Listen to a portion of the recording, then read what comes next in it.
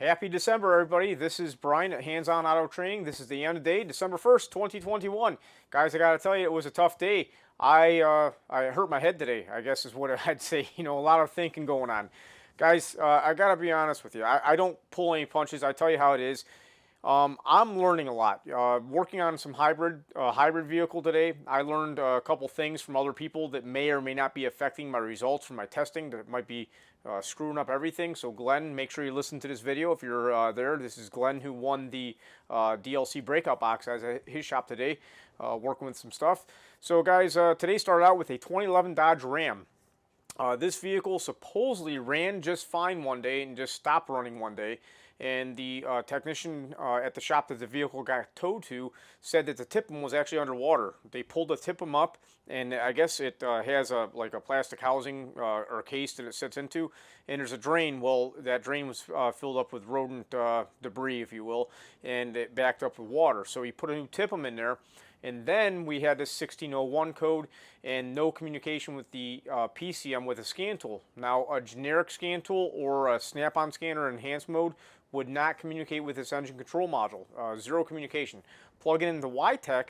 You can see here that we have the PCM is identified. It's online. It's a yellow module. That means it has codes in it. I can read codes, and I get this 1601 code. And this is basically a software configuration problem, a big issue here.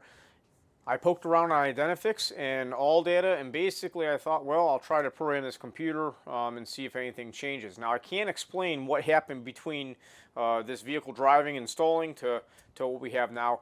I tried to do a PCM update, but before I did that, just so you know, if we went into PCM data, we had no data. All the lines or all the data PIDs were null. If I went into any special function, we got what was called null response, no response, negative response. But it was very interesting the PCM was online. And it let me flash it, as you see here. And these are a long program. I don't know for sure, but I gotta say 35, 40 minutes. I was busy checking email and doing other things, and it took forever. It got to the very end here, and it aired out. So, I turned the camera off, and it just said, error occurred, restarting process. So this is no good. And I had it actually force started all over again, and we waited another 35, 40 minutes. It got to the end, and it aired out again. This needs a pass. Error occurred. So at this point, this computer's probably screwed. And at this point, it started programming again. I was talking to the customer. I'm like, hey, there's nothing I can do. I'm not going to sit here all day. I yanked the plug on it. I literally closed out of YTech, then pulled the J2534 device. Just so you know, when I pulled the J2534 device, there were no flashing lights at all. It was just the power light was all that was on. Then I turned the key off, turned the key back on, still had all the same issues, and I was surprised. I thought I'd have no communication with the powertrain control module, but we went back in there and it did communicate. Guys, I forgot to tell you, premium members, we have our meeting tonight. I'm working on a little project we're going to be going over here together, so don't forget about that. And also, we got the U-Scope giveaway on Friday. Friday, we're going to give away another U-Scope to a premium or core member. You have to be signed up for premium or core to be eligible for that, not the free membership. So anyhow, next up, we went to a Ford Escape, and this Ford Escape had a ABS control module that was put into it. We had to program it due to IVD initialization, all that stuff. It was pretty easy, no problems there. I needed an easy job after that last one, right? Next up was the 2011 Ford F-150. This was just a simple key cut and program, and it went all good. Just so you know, I was using the Auto Pro Pad here, and I did have to wait 10 minutes. I was kind of bummed about that. Little did I know, I was onto a more complex job. So here we have a 2012 Buick LaCrosse. This is a hybrid vehicle, and it just had an engine installed in it. Rumor has it, and Glenn backed me up on this, the vehicle actually drove into the shop pretty good, no problems there. I believe they were going to replace a timing change, but something was stripped out in a block or a camshaft. I'm not sure, but they replaced an engine. And this engine took like a long time for them to find, I believe, because it is a special engine. It is the hybrid version, okay? I don't know all the details of any differences. However, I will tell you that this thing barely ran. Glenn called me up and told me it was barely running for him. And we took a look around, and he did tell me he had a map sensor code, a P0106 map sensor signal irrational code type going on. And I got there, and the first time I started this, it ran okay. I mean, it actually started up and didn't run too bad, but it started missing, and then it stalled out, and then I tried to start it again, and it ran terrible. This thing was having all kinds of issues going on. Now I decided to put an intake pulse sensor on here, and the pattern cranking looks great. Check this out. You can see this pattern here is fantastic, really nothing going on. However, once this vehicle starts, every once in a while I'll get a big old pop out the intake. You can hear this thing coughing and farting and spitting out the intake tailpipe. It's kind of running rough all around most of the time. Now, I was kind of pressed for time as usual, right? I went in cylinder on number 1. The reason I went in cylinder on cylinder number 1 is the history misfires on GDS was showing number 1 had the highest misfire count. So I went there just to see what I could find. And to my surprise, the compression was like 237 PSI. This thing has a lot of compression. I didn't want to get tripped up. My brain was kind of racked. I didn't have a nice solid EVO at 100. I expect to have like an exhaust valve opening that's kind of abrupt. You usually can see it. No matter what I did on cylinder 1, I couldn't zoom in or see it really nicely.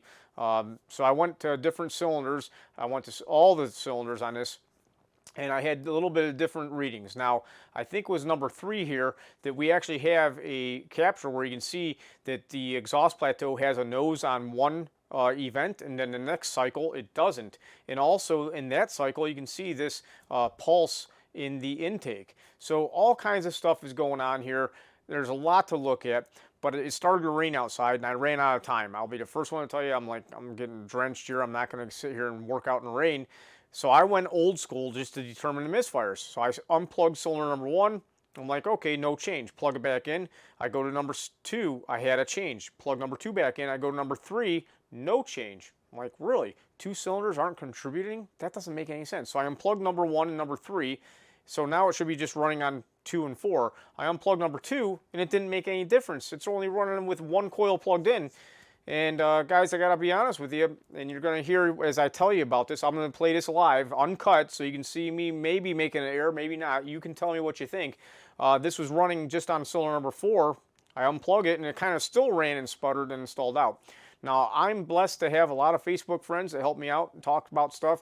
A lot of technicians are sharing with me that it might be the big motor starting this thing, or the start-stop system trying to start the engine with a larger motor generator assembly. I honestly don't know. Tell me what you think. I really am running out of time on this thing because of the rain. It's starting to rain pretty good. But look at this. I got this coil unplugged, this one unplugged. This runs pretty good on 2 cylinders.